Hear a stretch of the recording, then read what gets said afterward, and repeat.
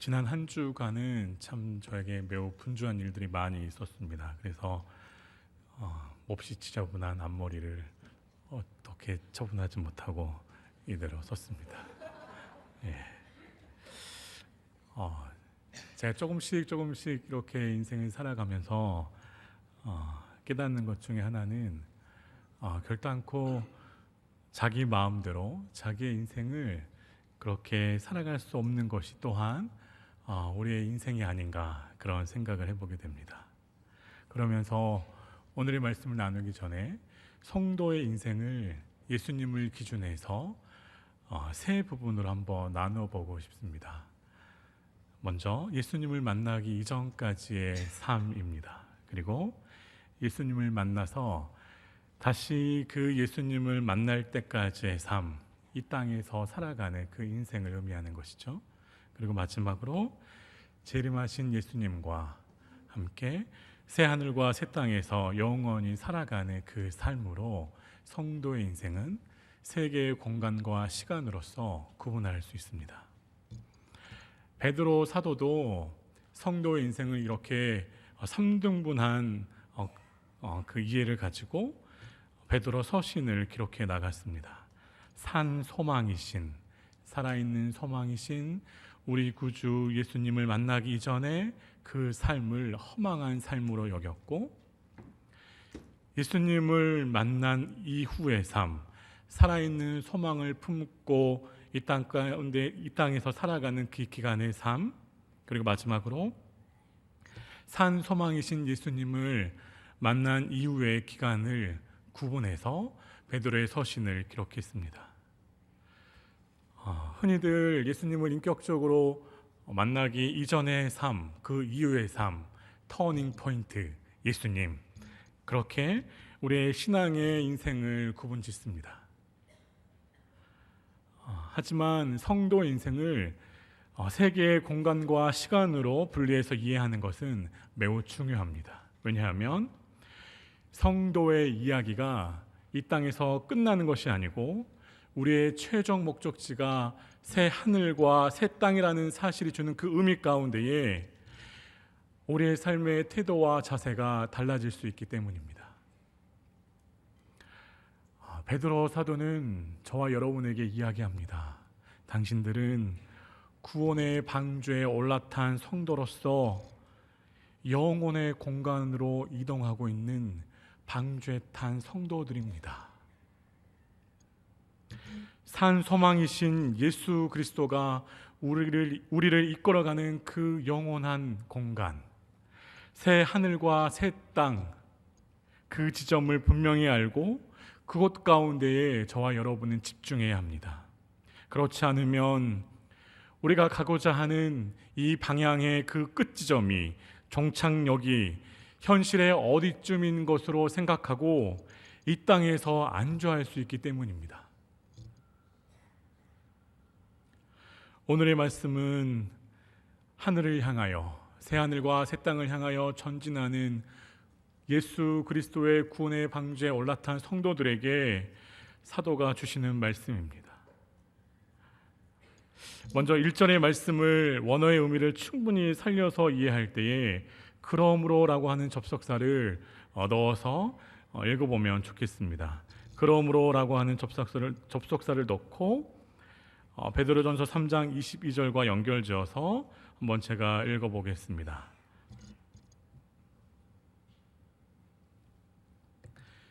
그는 하늘에 오르사 하나님 우편에 계시니 천사들과 권세들과 능력들이 그에게 복종하느니라. 그러므로 그리스도께서 이미 육체의 고난을 받으셨으니 너희도 같은 마음으로 갑옷을 삼으라. 이는 육체의 고난을 받은 자는 죄를 그쳤음이니. 이 두 구절이 의미하는 바는 예수님의 십자가 고난이 없이는 예수님의 부활과 승천도 없다라고 하는 것, 우리에게 이야기하고 있습니다. 예수님의 이 십자가의 고난은 하나님께서 우리에게 오신 길인 동시에 우리가 하나님께 나아가는 길입니다. 예수님께서 십자가에서 우리의 죄악을 담당하신 것으로 우리는 죄에 대하여서 죽게 되었고 의에 대하여서는 살게 된 것입니다. 그 은혜를 예수님의 고난 가운데 저희들에게 선물로 주신 것이죠. 십자가의 길을 통과하는 성도, 예수님의 고난 가운데 동참하는 성도는 예수님의 부활의 영광에 동참하게 된다라는 이야기를 베드로 사도는 우리에게 하고 있습니다. 십자가 위에서 고난받으시는 그 그리스도 안에서 위대한 역사가 일어난 것입니다. 하늘의 하나님과 이 땅을 사는 우리가 만난 것이죠. 예수님이 고난으로 죽어갔던 그 십자가의 자리는 이제 부활의 자리로, 영광스러운 자리로 변화되어집니다. 베드로 사도는 예수 그리스도의 고난, 그 고난으로 말미암아 그리스도의 부활과 승천의 영광이 있게 되었고, 예수님을 따르는 성도도 그 고난 가운데 동참하게 되어진다라는 이야기를 하면서 예수 그리스도 안에서 그리스도의 고난 가운데 동참하는 성도들에게 있게 되어지는 그 유익을 말씀을 통해서 설명하기 시작합니다. 사실 베드로 사도가 당시의 성도들에게 이 서신을 기록할 때에 당시의 성도들이 신앙생활하기에는 너무나 힘든 상황이었습니다. 로마의 핍박 가운데에, 로마의 박해 가운데에 믿음을 지켜내는 것이 너무나 힘든 시절이었습니다. 그러한 성도들을 향하여서 오늘 사는 저와 여러분에게 베드로 사도는 예수님과 같은 마음으로 갑옷을 입어라, 그렇게 이야기합니다. 예수님과 같은 마음의 갑옷을 입는다는 것은 예수님처럼 생각하고 예수님처럼 행동하고 예수님처럼 말하라는 것이죠. 우리의 신앙의 태도와 자세를 예수님처럼 하라는 것입니다. 그래서 육체 가운데에 그리스도의 고난 가운데 동참할 때에 직면해오는, 도전해오는 그 고난을 이겨내라, 그렇게 격려하고 도전해 주는 것이죠. 여러분, 우리가 예수님처럼 생각하고 말하고 행동할 때에, 예수님의 고난 가운데 동참할 때에 우리를 무너뜨리려고 도전해오는 그 죄의 유혹과 공격이 그치게 됩니다. 이것은 순전히 예수님 때문에 일어나는 역사인 것입니다. 예수님께서 우리의 죄를 담당하시기 위해서 십자가의 고난을 받으셨습니다. 그리고 죄악의 권세를 완벽하게 무너뜨리셨습니다. 예수님께서 고난을 통해 이루신 그 참된 안식과 자유가 예수님의 십자가의 고난에 동참하는 성도들에게 주어진 것이죠. 죄악에 대한 쉼, 죄악으로부터 멀어지는 그 자리에서 얻게 되어지는 안식, 그것은 반드시 고난과 함께 주어진다는 사실 기억해야 됩니다. 여러분, 이것이 복음입니다.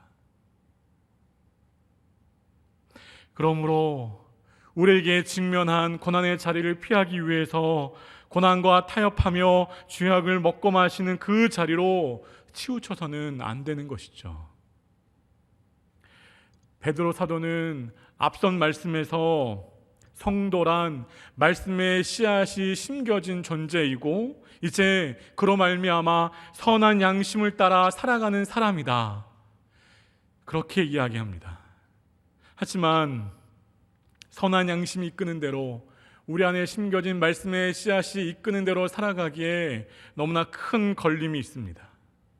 그것은 예수님을 만나기 전에 우리 안에 깊이 있게 뿌리박혀 있는 자기 중심성, 자기를 사랑하는 나 때문인 것이죠. 구원의 방주에 올라타 있지만, 그래서 새 하늘과 새 땅으로 그렇게 항해하고 있지만 여전히 종종 침몰의 위기를 맞이하는 것입니다. 실제로 수많은 구체적이고 직접적인 이 죄의 물결들이 우리에게 얼마나 침범해 오고 있는지 모릅니다.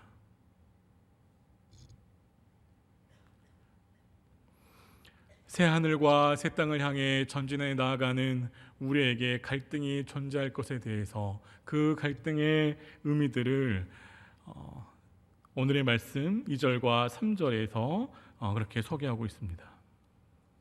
특별히 베드로 사도는 오늘의 말씀 3절에서 당시 로마 사회에서 손꼽히는 죄악의 목록 5가지를 기록하고 있습니다. 종교와 문화, 우상 숭배에 대한 내용입니다.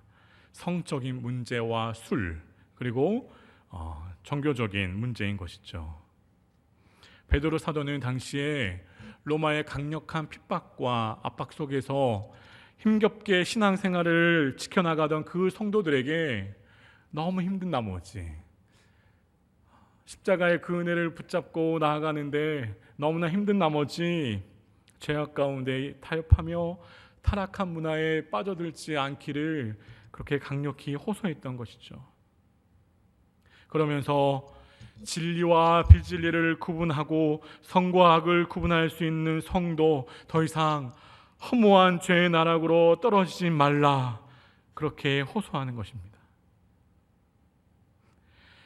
그리스도의 고난으로 인하여 죄로부터 멀어진 그 자리에서 누리는 안식 가운데 살아가라, 베드로 그렇게 도전하는 것이죠.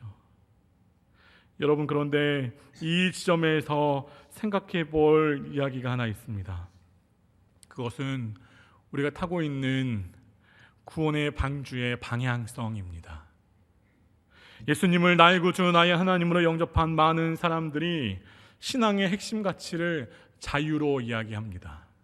오늘의 말씀도 죄악으로부터 멀어진 그 자리에서 얻게 되어진 안식과 자유를 분명히 이야기하고 있습니다. 그런데 율법으로부터의 자유, 죄악으로부터의 자유, 걱정, 근심으로부터의 자유, 중독으로의 자유, 악한 습관으로부터의 자유 등에서 그 자유의 초점이 나에게 맞추어져 있지 않는지 돌아봐야 합니다.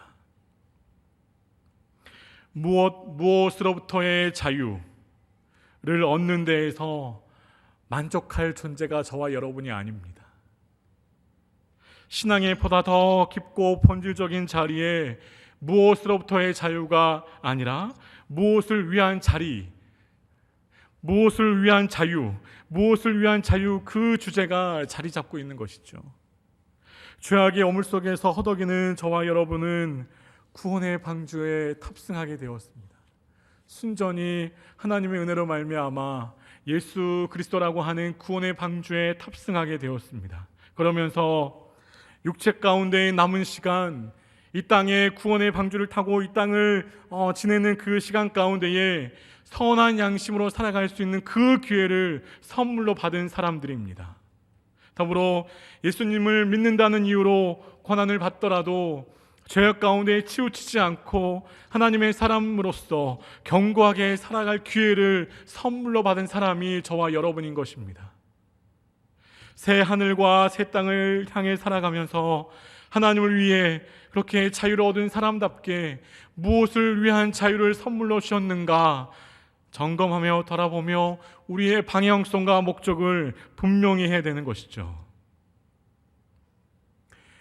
예수님을 믿음으로 말미암아 구원을 얻게 되었다라고 하는 이 은혜의 교리에, 이 은혜의 명제 속에서 구원 얻은 성도의 자유를 강조하면서 자신의 소견에 옳은 대로 살아서는 안 되는 것입니다.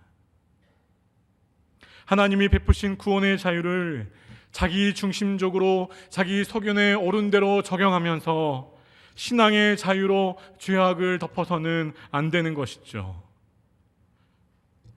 하나님께서 베푸신 자유가 무엇을 위한 자유인가? 그 자유를 통해서 우리의 신앙의 방향과 목적을 어디에 둘 것인가, 그렇게 고민하고 돌아보시면서 새 하늘과 새 땅으로 전진하시는 저와 여러분이 되시면 좋겠습니다. 성도가 이 땅에서 살아가는 삶의 기간을 2절과 3절은 지나간 때와 육체의 남은 때라고 하는 그 기준으로 구분해 놓았습니다. 예수님을 모르고 예수님의 영광과 예수님의 그 고난에 동참하는 그 은혜의 풍성함이 무엇인지 몰랐던, 죄악 가운데 즐거워했던 그 시절이 지나간 때입니다. 이제 예수님을 만나서 새롭게 거듭난 존재인 성도에게 주어진 이후의 남은 시간, 육체의 남은 때를 어떻게 살아야 하는지 4절 이하의 말씀이 우리에게 이야기해 주고 있습니다. 4절에서 6절까지의 말씀은 성도가 마치 토한 이물질을 다시 먹는 것과 같은 그 죄악을 다시 저지르는 이유를 두 가지로서 설명합니다. 먼저는 세상 사람들과 다른 삶을 살기 싫기 때문입니다. 또 둘째는 모든 존재는 하나님께서 집행하시는 공의로운 심판을 받는다는 그 사실을 잊어버린 채 살아가기 때문이다 라고 이야기합니다. 그러니까 예수님을 따르는 사람으로서 하나님의 영광 가운데 동참하기를 각오하고 다짐하는 성도 인생이 너무나 부담스러운 것이죠. 그리스도의 고난 가운데 동참하며 죄악으로부터 멀어지는 그 과정이 너무 힘든 것이죠. 그래서 그렇게 세상 사람들과 동일한 패턴과 동일한 옷을 입고 살아가는 것이 좋게만 보입니다. 그러면서 하나님의 심판을 잊어버린 채 세상의 판단과 세상 사람들의 시선에 마음을 뺏깁니다. 그리고 즉각적이고 감정적인 안정감을 추구하면서 하나님을 정교적으로 예배하고 세상에 속한 사람으로 세상에 속은 채 세상에 속아가며 그렇게 살아가게 되는 것이죠. 여러분, 오늘 4절의 말씀은 이 세상을 살아가는 성도는 예수 그리스도의 고난에 동참하며 죄로부터 멀어진 자리에서 안식을 취하며 낯선 사람으로 세상 가운데 이상한 사람으로 여김받으며 살아야 된다라고 우리에게 강조하고 있습니다. 마치 외국에서 온 우리와 외모가 다르고 가치관이 다르고 상당히 많은 부분들이 다른 그 사람을 우리가 어색하고 낯설게 여기는 그 느낌대로 그 느낌처럼 우리 또한 이 세상에서 낯선 사람, 세상이 어색하게 여기는 사람으로 살아야 한다라고 이야기하는 것이죠. 여러분, 이러한 측면에서 오늘날 한국교회는 심각한 위기에 처해 있는 것 같습니다. 세상과 너무 친밀해 보입니다. 교회의 논리와 세상의 논리가 별로 다르지 않는 것처럼 보입니다. 건물을 세우고 부동산을 사들여 가면서 인적 자원을 확보하고 영향력을 넓혀가려는 교회, 기업, 세상, 너무나 많이 닮아 있습니다. 세상도 교회가 친숙하고 친밀하고 교회도 세상이 너무나 그렇게 친밀한 시대에 우리가 살고 있는 것이죠.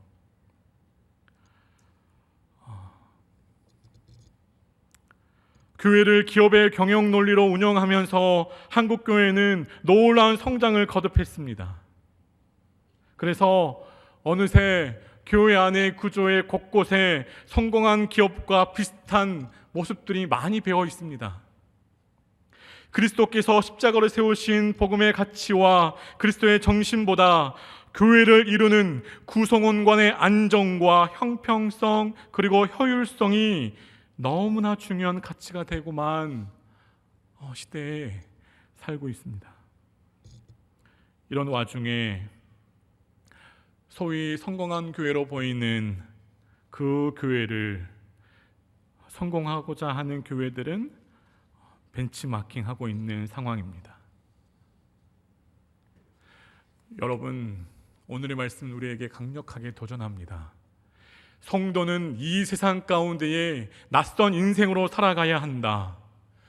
그리스도의 고난 가운데 동참하며 세상 사람들과 다른 삶의 모양으로서 하나님의 영광 가운데에 새 하늘과 새 땅이라고 하는 목적을 가지고 살아가는 사람, 낯선 인생으로 구분되어진 삶을 살아가야 한다. 우리에게 도전하는 것입니다. 더불어서 교회 또한 이 세상 속에서 존재하지만 이 세상 가운데 존재하지만 낯선 교회로서 존재해야 된다. 우리에게 말하는 것이죠.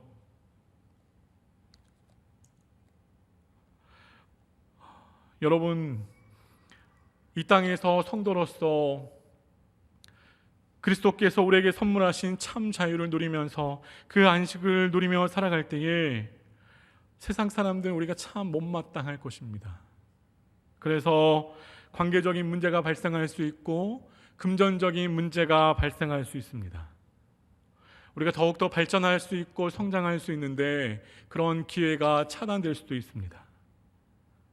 하지만 오늘의 말씀은 세상 사람들과 멀어지게 되고 금전적인 손해를 보는 일이 발생하더라도 세상 사람들과 함께 달려가지 말라, 그렇게 경고합니다. 세상의 원리와 가치가 지배하는 그 목적과 방향성을 쫓아가지 말라 이야기합니다. 수많은 세상의 사람들이 한 방향 한 목적지를 향하여 호흡을 같이 하고 발걸음을 같이 하며 뛰어가는 그 다른 박질 같이 하지 말라 도전하는 것이죠. 명예와 권력 그리고 돈을 향하여서 집중하지 말라 이야기하는 것입니다. 특별히 행복해야만 하는 자신, 행복해야만 하는 나를 위해서 뛰어가지 말라 이야기하는 것입니다. 세상의 수많은 사람들은 좋은 공간과 좋은 시간을 누리기 위해서 온 힘을 다해서 뛰어갑니다.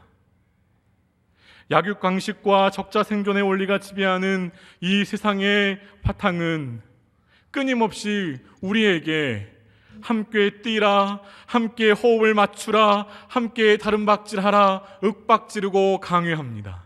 하지만 저와 여러분은 반드시 선택해야 합니다.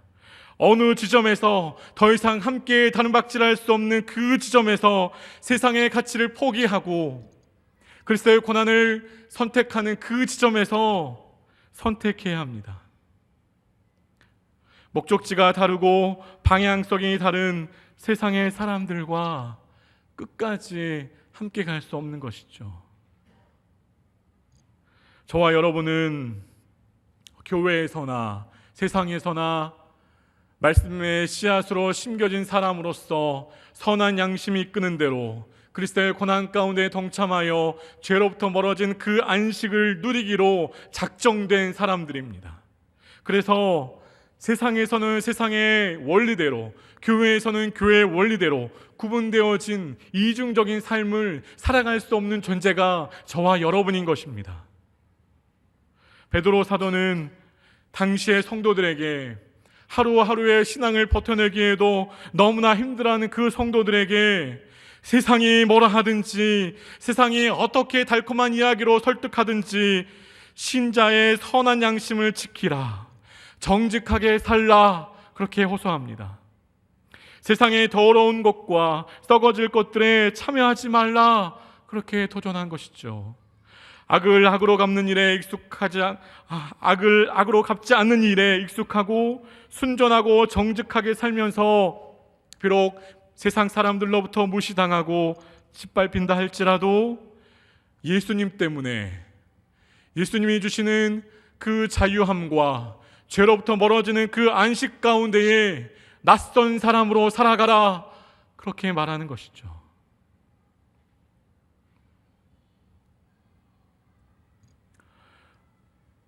여러분, 오늘의 말씀 5절과 6절을 계속해서 살피고 싶습니다. 여러분들, 오늘의 말씀은 이 두 구절의 말씀은 우리에게 우리의 이야기가, 성도의 이야기가 결코 이 세상에서 끝나지 않는다는 사실을 확실하게 알려주고 있습니다. 여러분, 인생의 성공과 실패는 이 세상에서 결정되는 것이 아닙니다. 그래서 여러분, 이 세상 가운데에서 예수님을 따른다는 이유로 낯선 사람, 바보 같은 사람, 현실 부적응자라고 하는 혹 그런 이름표를 우리에게 달아줄 수도 있습니다. 하지만 여러분, 오늘의 말씀은 우리에게 강력하게 격려하고 도전합니다. 우리의 인생을 결정짓고 판단하는 존재는 세상이 아니다. 산자와 죽은 자 모두를 심판하시는 하나님이시다, 그렇게 이야기합니다. 여러분, 하나님은 마침내 공의롭게 모든 사람들을 심판하실 것입니다. 그래서 우리 구주 예수님을 다시 만날 때에 우리를 낯익게 여겨주실 그 예수님을 생각하며 그 새 하늘과 새 땅에서 우리를 반겨주실 구주를 생각하면서 이 땅 가운데에서의 낯선 인생을 그렇게 힘있게 기쁨으로 살아가시는 저와 여러분이 되시면 좋겠습니다. 여러분, 비록 지금은 잡히지 않지만, 느낄 수 없지만 새 하늘과 새 땅에서 우리의 구주 예수님이 우리를 보듬어 주실 것 기대하면서 그렇게 이 땅 가운데에서 낯선 인생을 살아가시면 좋겠습니다.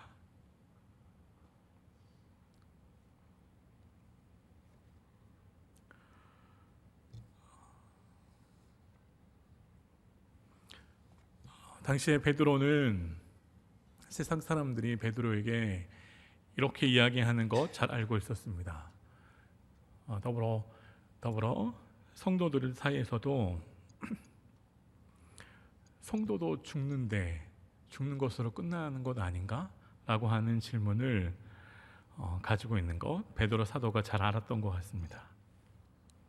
그래서 베드로 사도는 성도의 죽음에 대한 이야기를 하기 시작합니다. 세상 사람들이 보기에 성도가 죽어가는 것을 보면서 인생의 끝이 결국 같다고 그렇게 생각할 수 있지만, 말할 수 있지만 그 죽음 이후의 차원이 전혀 다르다는 것, 오늘의 말씀이 우리에게 해주고 있습니다. 그렇죠. 성도도 결국 인류의 타락으로 인한 죄악의 책임으로 죽음을 경험합니다. 하지만 예수님의 부활을 쫓아서 하나님을 따라 살아가게 됩니다. 여러분, 예수님의 부활을 쫓아서 이 땅 가운데에서 살아가는 삶, 죽음 이후에 예수님의 부활에 동참하여 하나님을 따라가면서 영원히 살아가는 삶, 이것이 우리의 소망입니다. 저와 여러분은 마침내 서게 될 그 심판의 순간을 염두하고 살아가야 합니다. 구원 얻은 방주에 올라탄 사람에게 선물하신 이식하신 말씀의 씨앗, 선한 양심을 지키며 그 선한 양심이 이끄는 대로 살아가야 합니다. 비록 경제적인 위협과 사회적인 관계가 깨어지는 부담이 있다 할지라도 끊임없는 죄악을 거부한 채 하나님께서 기대하시는 그 삶을 선택하며 살아가야 하는 것이죠. 하나님의 심판을 의식하고 이 땅에서 낯선 인생으로 선한 양심을 따라서 살아가는 방법, 예수님이 이미 보여주셨습니다. 예수님께서 이 땅에서 어두움을 밝히셨고 더러운 것을 씻어주셨고 썩은 것은 잘라내 주셨습니다. 그러한 과정을 통해서 예수님은 이 땅 가운데에 새로운 생명을 공급하셨습니다. 여러분, 저와 여러분도 이 예수님처럼 살아가야 합니다. 우리가 비추어야 할 어둠 가운데 빛으로 존재하고 하나님의 마음과 그리스도의 심장으로 세상의 아픔을 끌어안고 함께 울어야 합니다. 선한 양심을 가지고 있는 성도가 살고 있는 그 모양대로 그 삶을 살면서 하나님 나라의 영광을 흘러보내야 하는 것입니다. 여러분, 우리가 마땅히 두려워해야 할 그 하나님 앞에서 두려워하고 그분 앞에서 겸손하게 신실하게 하루의 삶을 살아내시기 바랍니다. 이어서 7절부터 11절의 말씀은 이 세상 가운데 존재하는 교회 공동체가 어떠한 모습으로 존재해야 하는지, 어떤 공동체의 모습으로 세워져야 하는지 우리에게 잘 말해주고 있습니다.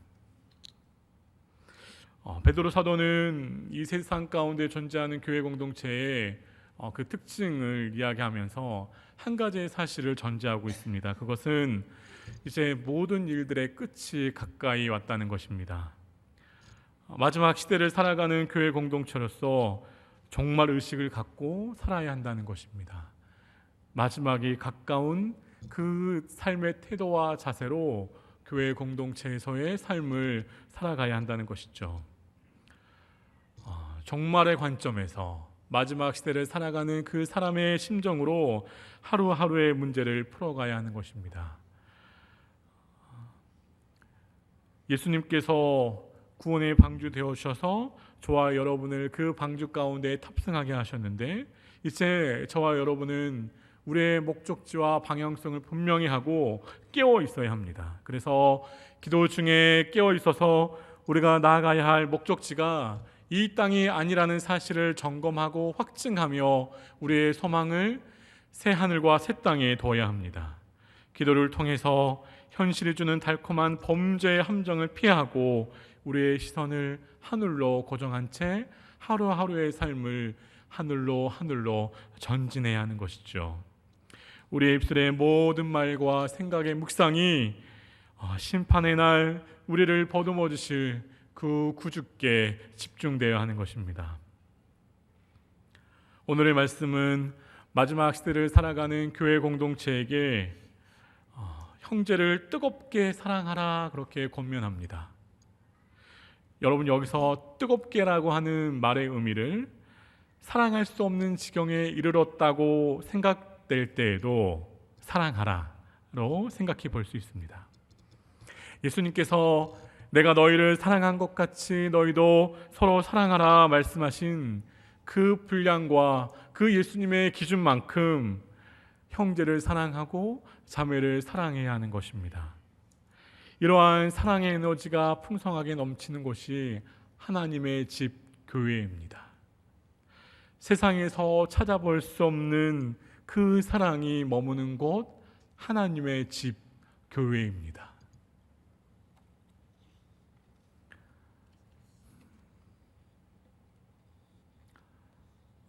정말 여러분 오늘의 말씀이 우리에게 요구하는 것처럼 예수님이 우리를 용서하시고 받아내신 만큼 저와 여러분이 다른 형제와 자매를 그렇게 용서하고 받아내면 좋겠습니다. 그렇게 다른 지체의 잘못을 품어주고 용서할 때에, 사랑할 때에 8절의 말씀을 다시 한번 읽어가면서 그 의미를 좀 더 분명하게 하면 좋겠습니다. 사랑은 허다한 죄를 덮는다라고 말씀이 기록하고 있습니다. 이 말씀을 이해할 때에 주의할 점이 있는데, 먼저는 우리가 형제 자매를 사랑할 때에 그 힘으로써 그 형제 자매의 그 죄악이, 잘못이, 범죄가 희석되거나 용서되어진다는 것이 아닙니다. 여러분, 죄를 다루는 것은 우리의 몫이 아닌 것이죠. 그리고 또 공동체에서 범죄한 그 지체를 아무 일도 없었던 것처럼 대우하라는 것도 아닙니다. 여러분, 죄를 덮는 이 사랑 철저히 예수님에게 배워야 합니다. 예수님의 사랑은 진리 가운데에 거짓이 드러나게 하셨고, 죄악의 자리에서 거룩의 자리로 옮겨지는 그 과정 가운데에 그 은혜를 누리게 한 사람에게 회개의 과정과 증거를 보이셨습니다. 공동체에서 범죄한 지체가 죄악 가운데 죽고 거짓에 대하여 죽고, 더불어서 교회 공동체 가운데에 회복하게 하시는 그 은혜가 충만하게 임하시도록 간구하며, 그렇게 하나님 앞에 사랑이 머무는 공동체가 되어지도록 나아가야 하는 것이죠. 죄로 인해서 파열된 그 관계의 틈 가운데에 그리스도의 사랑으로 메꿔질 수 있는 방식으로 교회 공동체 가운데 범죄한 사람을 품어내야 합니다. 여러분, 계속해서 베드로 사도는 세상의 강한 저항 가운데에 낯선 인생, 낯선 교회로서 어떠한 공동체의 모습을 견지해야 되는지 그렇게 우리에게 말해주고 있습니다. 9절에서 보면 서로 대접하기를 원망 없이 하라 그렇게 이야기합니다. 서로 대접하기를 원망 없이 하라. 이 말은 당시 교회의 1세기 교회의 배경을 이해하고 적용하면 그 의미가 더 풍성해질 수 있습니다. 1세기 당시의 초대교회는 특정한 장소를 갖는, 건물을 갖는 교회의 모습이 아니었습니다. 초대교회 1세기 당시의 교회는 성도들의 모임을 의미했고, 이 모임은 주로 가정에서 이루어졌습니다. 당시에 이 가난한 순회 전도자들이 이 지역 저 지역을 돌아다니면서 복음을 전했습니다. 그때 이 가정교회, 초대교회는 그 순회 전도자들을 환대하고 섬기는 일 매우 중요한 것으로 여겼습니다. 또 형편이 어려운 성도나 예수님을 믿기로 작정한 낯선 그 사람들에게 가정을 오픈하고 환영하고 섬기는 일, 교회 가운데 중요한 일로 여겼습니다. 하지만 낯선 전도자들이나 교회 모임에 참여하기 원하는 그 낯선 사람들에게 자신의 가정을 개방하고 부지런히 열심으로 섬기는 일은 쉬운 일이 아니었습니다. 큰 헌신이 요구되었고 하나님의 뜻을 이루겠다는 마음의 각오가 없이는 불가능한 일이었습니다. 그리스도의 사랑으로서 교회 공동체의 연합이 일어날 때에, 완전한 연합과 교제가 일어날 때에 그렇게 낯선 사람을 환대할 수 있고 섬길 수 있는 것이었습니다. 여러분, 베드로 사도는 9절의 말씀을 통해서 서로 대접하기를 원망 없이 하라라고 하는 말씀을 통해서 교회 공동체의 연합과 교회 공동체 하나됨의 중요성을 함께 이야기하고 있는 것입니다. 완전한 치유와 완전한 회복을 경험하며 하나의 교제의 그 아름다운 교제를 이루고 있는 공동체가 계속해서 낯선 사람들을 받아내어라. 교회 공동체의 아름다운 연합을 계속해서 유지하고 견고히 하라. 그렇게 이야기하고 있는 것이죠. 여러분, 교회 공동체는 그리스도의 사랑으로서 성도와 성도의 그 믿음과 믿음이, 마음과 마음이, 인격과 인격이 어우러지는 그 교제가 그렇게 일어나는 것입니다. 함께 울고 웃는 기쁨과 슬픔의 공동체가 하나님의 집 교회인 것입니다. 우리 안에서의 이러한 코이노니아, 복음의 핵심되는 가치, 성도의 연합과 교제가 이루어질 때에 비로소 낯선 사람들에게 얼마든지 기쁜 마음으로 환대할 수 있는 것이죠. 그 은혜가 우리 교회 가운데 풍성하게 차고 넘치기를 바랍니다. 여러분, 만일 그리스도의 사랑으로 하나 되어지기를 작정하는 성도가 교회 공동체 가운데 들어왔을 때에 그러한 인격적인 사귐을 갖지 못하게 되면 그 성도, 그 사람은 세상에서 자신의 진정성을 알아주는 사람을 찾으러 교회 공동체를 벗어나게 됩니다. 그래서 여러분, 바울 사도는 마지막 시대 가운데 교회 공동체가 낯선 사람을 환대하고 섬기는 일이 얼마나 중요한지 이야기했고, 오늘날 우리에게도 그렇게 이야기하고 있는 것이죠.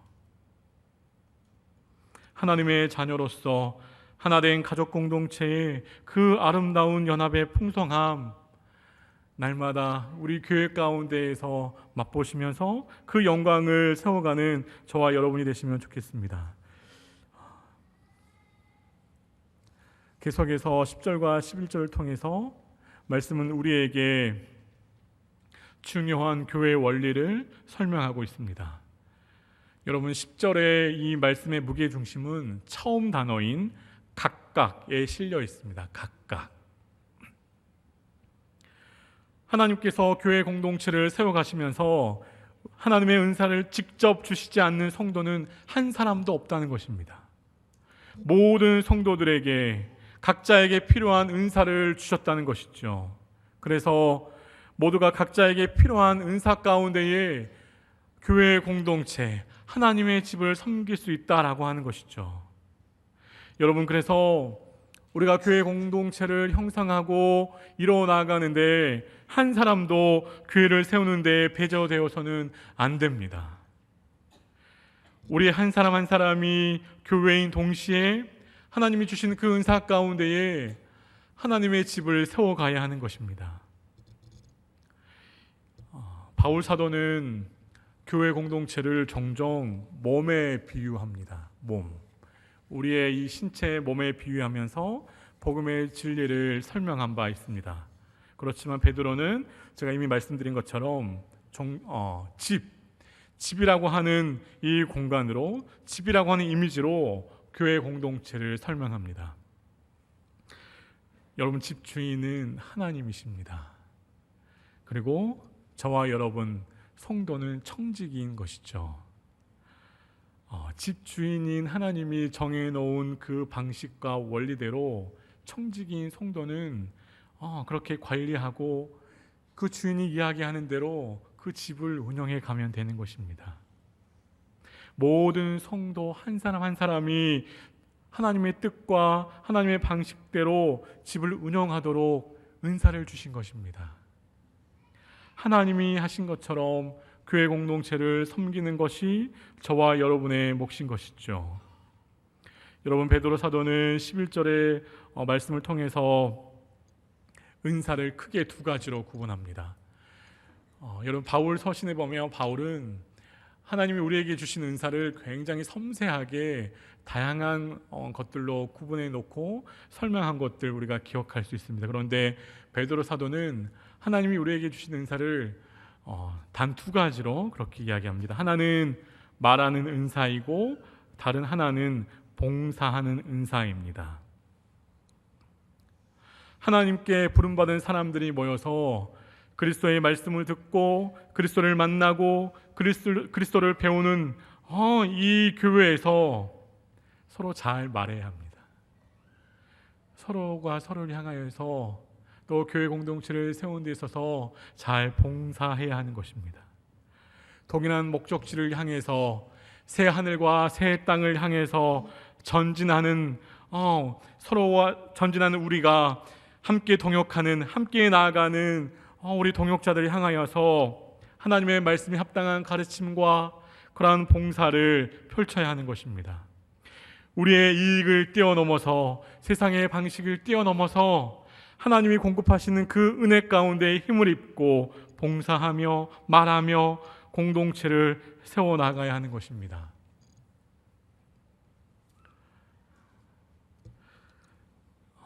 이 이야기를 빈예배 때 나누었는데 소금 예배 때 나눌지 말지를 많이 고민했습니다. 그런데 함께 간략히 나누겠습니다. 2주 전에 각각 다른 장소에서 어떤 분들이 저에게 조언해 주셨습니다. 목사님, 말씀이 너무 늘어지고 만연체고 추상적이에요. 그 이야기를 듣고 우리 교회가 넓잖아요. 다른 공간으로 이동했는데 또 다른 분들이 이야기하십니다. 목사님, 눈을 부릅뜨고 성도들을 바라보시면서 설교해야 합니다. 눈싸움에서 승리해야 합니다. 제가 그 이야기를 듣고 정말로 주님의 말씀으로 들었습니다. 정말입니다. 그래서 그 다음 주에 저에게 그 이야기를 해주셨던 A 집사님께 제가 손을 잡고 감사합니다. 제가 주님의 말씀으로 들었습니다. 라고 이야기했습니다. 여러분, 저는 우리 공동체에서 그렇게 사랑하는 마음으로 지체를 세워가는 그 심정으로 서로를 격려하고 서로를 그렇게 지지하는 이야기들 얼마든지 가능하다고 생각합니다. 여러분, 저에게는 그만 말씀해 주시고 저에게는 이제 그만 말씀해 주시고 옆에 있는 지체들을 향하여서 사랑의 언어로 공동체 가운데 소져가는 그 그리스도의 향기를 흘려보내시면 좋겠습니다. 여러분, 말씀을 마치려고 합니다. 예수님께서 걸어가신 그 고난의 길이 힘들고 어려워 보이지만 죄악이 주는 고통보다 힘들지 않습니다. 또 우리가 성도여서 이 땅 가운데 살아가면서 감당해야 할 수고가 커 보이지만 자신의 행복만을 위해서 살아가는 그 인생보다, 그 인생이 감당해야 되는 무게보다 더 가볍다는 사실을 기억하면 좋겠습니다. 저와 여러분은 육체의 남은 때를 하나님의 마음대로 살아가야 합니다. 하나님께서 오늘 저와 여러분에게 밝히신 그 마음은 마침내 심판하신 하나님을 경외하며 살라는 것이고, 낯선 성도의 인생을 당당하게 살아가라는 것입니다.